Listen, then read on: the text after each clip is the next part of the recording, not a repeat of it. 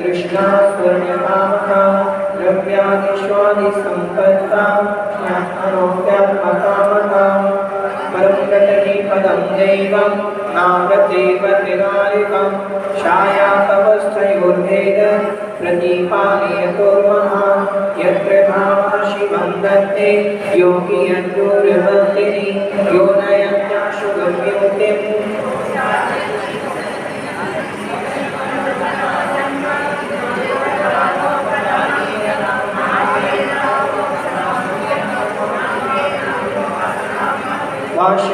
वासनामात्रमेवेतत् सुखं दुःखं च देहिनां तथा युद्धे जयन्ते भोगानि अमृतं ज्ञानं स्वभावं लभते नहि भक्तः पुमान् पदार्थानां यथा मदन्योद्भटहि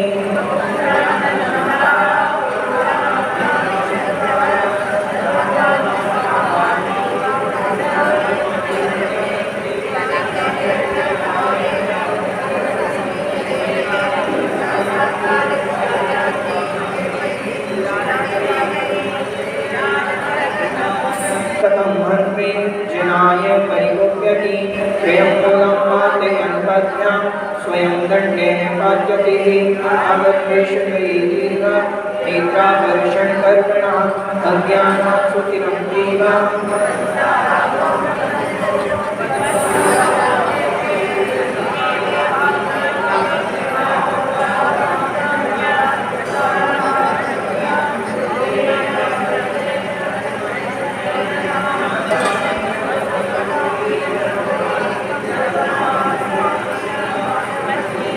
मनोमूढा हरीशां विनेक्षति दह्यमाना जगातीर्न वनान्तर्करुष्टः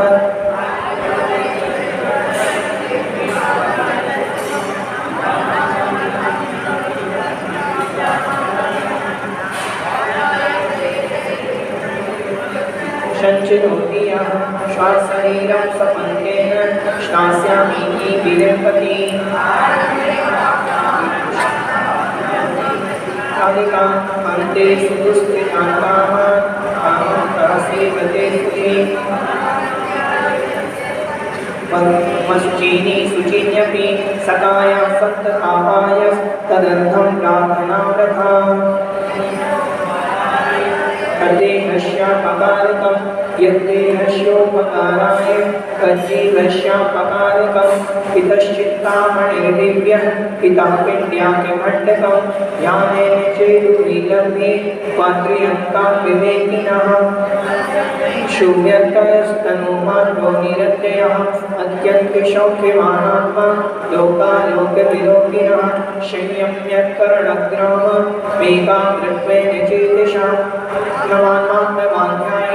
आत्मनैवात्मनिस्थितम् अज्ञानोपास्तिरज्ञानं ज्ञानं ज्ञानी समाश्रयः ददाति यत्तु यस्यास्ति सुप्रसिद्धमृदं वचः परिशहाद्य विज्ञान दास्त्रवश्य निरोधनि जायते ध्यानयोगेन कर्मणामाशुनिर्जरा।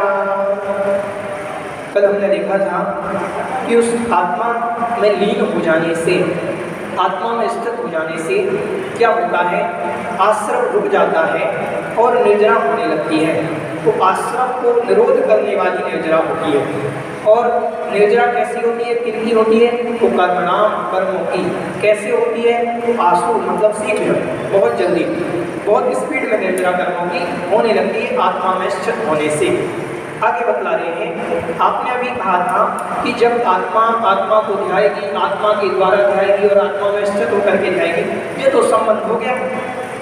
संबंध समझते आपने संस्कृत में पढ़े होंगे, कर्ता ने कर्म को करण से, अपादान के लिए, संप्रदान से, तो ये सारे संबंध आपने पढ़े वहाँ। तो वो संबंध आत्मा में भी तो हो रहे हैं। आत्मा ने भी तो आपने कहा था कि आत्मा में स्थित होकर के आत्मा के द्वारा आत्मा का ध्यान यह आत्मा करे, ऐसा कहा था। यहाँ भी तो संबंध हुआ। तो आचार्य महाराज समझा रहे हैं कि संबंध, जहाँ भी संबंध होगा वहाँ कर्म का आश्रम होगा। ध्यान से सुनना, जहाँ भी किसी वस्तु से संबंध होगा वहाँ कर्म बनेगा। तो आचार्य महाराज बदला वो शिष्य कह रहा है कि भगवान जब संबंध है तो कर्म का आश्रम होना चाहिए। यहाँ तो आप कह रहे हो कर्म का आना तो कुछ जाता है, निर्जरा होने लगती है। तो आचार्य महाराज बतला रहे हैं कटस्य कर्ताहमिति, कटस्य कर्ताहमिति संबंधः स्यात् द्वयोर्द्वयोः, संबंधः स्यात् द्वयोर्द्वयोः। देखो इस वाले दा के ऊपर ला की रेफ होगी तो द्वयोर्द्वयोः ऐसे बोलना, ठीक है। संबंधः स्यात् द्वयोर्द्वयोः ज्ञानं ध्येयं यदात्मैव, संबंधः कीदृशस्तदा, संबंधः कीदृशस्तदा, संबंधः कीदृशस्तदा, ठीक है। बोले 3 बार। कटस्य कर्ताहमिति संबंधः स्यात् द्वयोर्द्वयोः ज्ञानं ध्येयं यदात्मैव, संबंधः कीदृशस्तदा। कटस्य कर्ताहमिति संबंधः स्यात् द्वयोर्द्वयोः ज्ञानं ध्येयं यदात्मैव, संबंधः कीदृशस्तदा। कटस्य कर्ताहमिति संबंधः स्यात् द्वयोर्द्वयोः ज्ञानं ध्येयं यदात्मैव, संबंधः कीदृशस्तदा। वहाँ संबंध बतला रहे हैं कि जहाँ भी परवस्तु से संबंध होगा वहाँ कर्म का आश्रय होगा। तो यहाँ आपने बताया कि आत्मा के द्वारा आत्मा का ध्यान कर रही, तो यहाँ भी तो संबंध हो रहा है, आत्मा के द्वारा तो ये संबंध बन रहा है ना। तो ये संबंध है वो आश्रय क्यों नहीं हो रहा। तो आचार्य महाराज बतला रहे हैं कटस्य, कट मतलब होती है चटाई, कट मतलब क्या होता है चटाई, संस्कृत में बोलते हैं कटा, किसको बोलते हैं चटाई को। तो कटस्य मतलब चटाई का, कर्ता अहम इति, अहम मतलब मैं, कर्ता हूँ चटाई का, मैं चटाई को करने वाला हूँ, मैंने चटाई बनाई। चटाई को बनाने वाला कौन है, मैं हूँ, मैं चटाई को बनाने वाला हूँ। ऐसा कहने पर संबंधः स्यात्, इति मतलब ऐसा, ऐसा कहने पर संबंधः स्यात् संबंध होगा कि मैं इस चटाई को बनाने वाला हूँ, मैं इस चटाई का करता हूँ, मैंने ये चटाई बनाई है, संबंध हुआ। द्वयोर्द्वयोः दो वस्तुओं में, दो अलग अलग वस्तुओं में, भिन्न भिन्न वस्तुओं में संबंध बनेगा। चटाई अलग है, मैं अलग हूँ, मैंने चटाई बनाई, हम दोनों का संबंध बना, मैं चटाई का कर्ता हो गया। समझ में आ रहा है। तो इस वस्तु से मैंने घर बनाया, तो मैं घर का कर्ता हो गया, मैंने एक मकान बनवाया तो हुआ घर का कर्ता। तो संबंध कितना होगा, दो अलग अलग वस्तुओं, मैं अलग हूँ, घर अलग है, मैं अलग हूँ, चटाई अलग है, तो दो अलग अलग वस्तुओं में संबंध होता है। तो कह रहे चटाई का कर्ता मैं हूँ, ऐसा कहने पर संबंध होगा। दो भिन्न वस्तुओं में, दो अलग अलग वस्तुओं में ऐसा संबंध होगा। लेकिन ध्यानम ध्येयम यदा आत्मा एव, जब आत्मा ही, यदा मतलब जब आत्मा ही ध्यान है, आत्मा ही ध्येय है, तो संबंध की दृशा, कैसा संबंध है, ध्यान से सुनो। आत्मा ही करता है, आत्मा का ही ध्यान करना है, और ध्यान किसको करना है, आत्मा को ही करना है। तो ध्यान मतलब ध्याने योग्य जो वस्तु है वो ध्येय कहलाती है। जैसे हमें ज्ञान है ये पेंसिल है, ध्यान और ध्येय समझा रहे हैं, ये पेंसिल है, ठीक, ये पेंसिल है, ये ज्ञान हो गया, ये जानने योग्य है, इस काम के योग्य है, तो यही पेंसिल ध्येय बन जाएगी। जो जानने योग्य होता है वो ध्येय कहलाता है, और जो जाना जा रहा है वो ज्ञान कहलाता है। समझ में आ रहा है। ऐसे ही ध्यान क्या है, आत्मा में स्थित होना ध्यान है, आत्मा की एकाग्रता ध्यान है, मन की एकाग्रता ध्यान है। और वह एकाग्रता जिस वस्तु को ध्या रही है उसको ध्येय कहते हैं। किसको ध्या रही है आत्मा? आत्मा को ही ध्या रही है। आत्मा को ध्या रही है। और पहले पढ़ लिया था कि आत्मा में स्थित होकर के ध्या रही है, मतलब सारी वस्तु आत्मा में हो रही है। कर्ता भी आत्मा है, करने वाला कौन? कर आत्मा किसको कौन ध्या रहा है? तो कहा आत्मा ध्या रही है। कौन ध्या रहा है? जैसे हमने पूछा कि चटाई किसने बनाई, तो कहा मैंने बनाई। अब कह रहे आत्मा किसने ध्याई? आत्मा का ध्यान किसने किया? मैंने किया। मैंने आत्मा का ध्यान किया, किसके द्वारा किया? बोले आत्मा के द्वारा किया। किसका किया? तो आत्मा का किया। कहाँ किया? तो आत्मा में स्थित होकर के किया। सारी चीजों में आत्मा ही है। तो जहाँ एक वस्तु हो तो उनमें आपसी संबंध कैसे बनेगा? वस्तु एक हो तो उसमें संबंध नहीं बनता। इसीलिए कह रहे हैं कि ध्यान और ध्येय जब आत्मा ही बन जाए तो संबंध की दृशा, कैसा संबंध? तदा मतलब तब उनमें कैसा संबंध होगा? अर्थात कोई संबंध नहीं होगा। कहने में आ रहा है कि मैं आत्मा के द्वारा आत्मा का ध्यान कर रहा हूँ, लेकिन वहाँ संबंध है ही नहीं। वहाँ आत्मा में जब लीन हो जाते हैं तो कोई आत्मा का संबंध नहीं है। ये पूछेंगे मुनिराज से कि आपने किसको ध्याया, तो नहीं बताएंगे किसको ध्याया। जैसे कुछ लोग कह देते हैं, जैसे सोनगढ़ी में कुछ विद्वान हुए, वो कहते हैं कि हमने आत्मा को देखा, हमने आत्मा की अनुभूति करी। वास्तविकता में अगर आपने कहा कि मैंने आत्मा की अनुभूति करी, ये विकल्प भी उस अवस्था में नहीं होता। ध्यान से सुनो, मैं आत्मा की अनुभूति करके निकला हूं बाहर, मैंने आत्मा को देखा, आत्मा को अनुभूत किया, तो ऐसा कहने वाला मतलब विपरीत है, आप झूठ बोल रहे हो। आत्मा की जब शुद्ध आत्मा अनुभूति में पहुंचते तब होश ही नहीं रहता।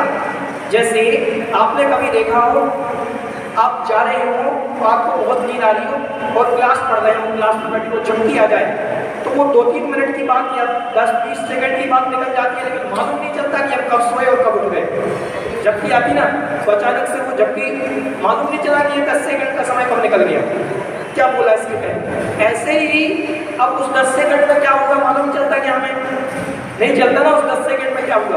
ऐसे ही जब आत्मा में जो डूब करके बाहर आते हैं उनको मालूम नहीं चलता कि अब कहाँ तक होकर के आएंगे, क्योंकि आत्मा में पहुंचने के बाद विकल्प ही नहीं होता कि मैं आत्मा में हूँ। अगर ये विकल्प है कि मैं आत्मा में स्थित हूँ तो आप निर्विकल्पी हो, आप आत्मा में पहुंचे ही नहीं। ध्यान ध्याता ध्येय का विकल्प वच भेद न कहा।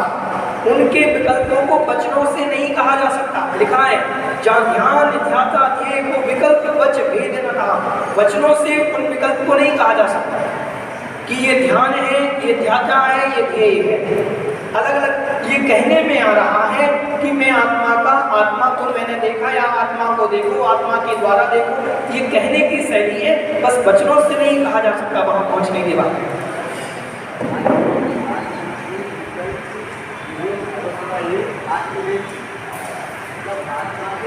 हाँ, निर्विकल्प अवस्था ही आत्मा में स्थित होना है। बिल्कुल बिल्कुल, आत्मा में निर्विकल्प लीन हो जाना।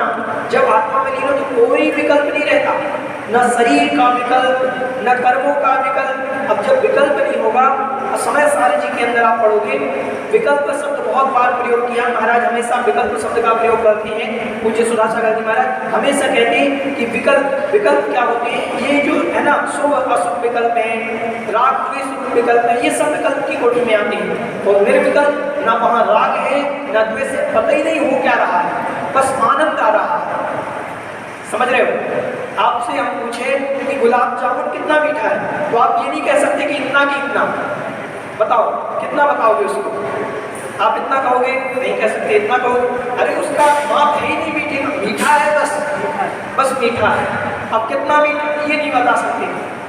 अब किसी को फीवर हो, गुलाब जामुन खिलाओ तो उसको कड़वा लगेगा, उसको फीवर हो तो उसको कड़वा लगेगा। तो जो वस्तु जैसी है वो तो वैसी है। आत्मा में डूब कर किया गया। आप पूछो महाराज से, आचार्य श्री के पास, कि महाराज आपको कैसा आत्मा में आनंद आता है? महाराज कहते बस आनंद आता है। अब कैसा आता है वो तुम्हें कैसे समझाओगे तब मालूम चलेगा, क्योंकि वो आत्मा का आनंद हम कह नहीं सकते कि आपके घर में आपने गुलाब जामुन खाया कैसा आनंद आया, वैसा है ही नहीं आनंद, उससे तो कई गुना है। तो कह नहीं सकते, वचनों से उस आनंद को कहा नहीं जा सकता, शब्दों में है ही नहीं। विकल्प वच वेदना, विकल्प अगर हमने वचन से विकल्प को निर्विकल्प वस्तु को विकल्प से मान दिया कि ये इतनी ऐसा आनंद आया, तो वो आनंद नहीं आया, क्योंकि वो आनंद ऐसा है ही नहीं, उस आनंद तक पहुंचे नहीं जो आप कह रहे हो। हाँ, अब जो लोग कहते हैं, सौंदर्य के कुछ विद्वानों ने लिखा उनकी ग्रंथ, हमने शुद्धोपयोगी की अनुभूति की। मैं शुद्धोपयोग की अनुभूति आत्मा का आनंद है, विकल्प नहीं। अगर आपको ये मालूम चल गया मुझे शुद्धोपयोग हो गया, मतलब आपको शुद्धोपयोग नहीं हुआ। आपको ये भी मालूम नहीं चलेगा कि शुद्धोपयोग हो गया। एक बार बैनाला जी ने शुद्धोपयोग कहते हैं आत्मा की लीनता को। आज बैनाला जी ने आचार्य श्री से पूछा कि महाराज आपको कभी शुद्धोपयोग हुआ क्या, मतलब ऐसी तल्लीनता हुई क्या, आत्मा में डूब करके। आचार्य श्री कहते हैं हुई होगी, क्या पता, क्योंकि वो व्यवस्था सप्तम गुण स्थान में शुद्धोपयोग है, आचार्य ने लिखा है, तो सातवें गुण स्थान में है कि नहीं, वो हो सकता है हुई होगी, क्या पता हुई कि नहीं हुई। अब कभी हुई हो, एक आध सेकंड के लिए भी हुई हो, 2-4 सेकंड के, उनको भी नहीं, क्योंकि ये वस्तु मालूम करने की है ही नहीं।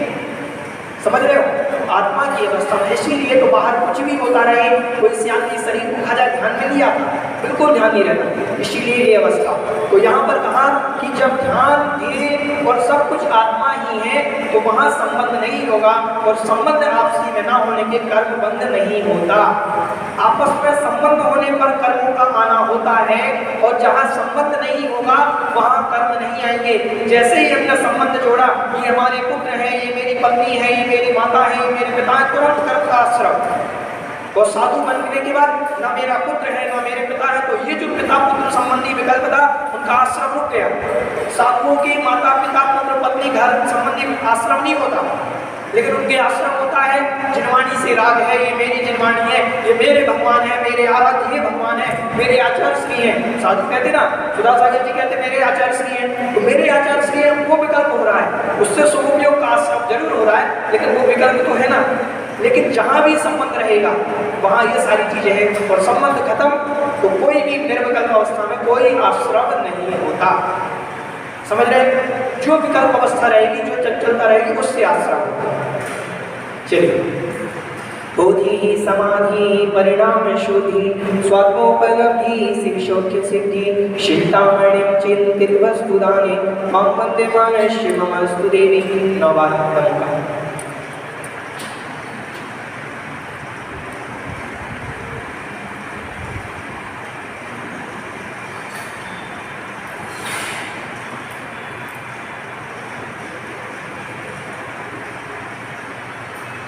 जगत कल्याणी द्वादशांगी जिनवाणी माता की जय।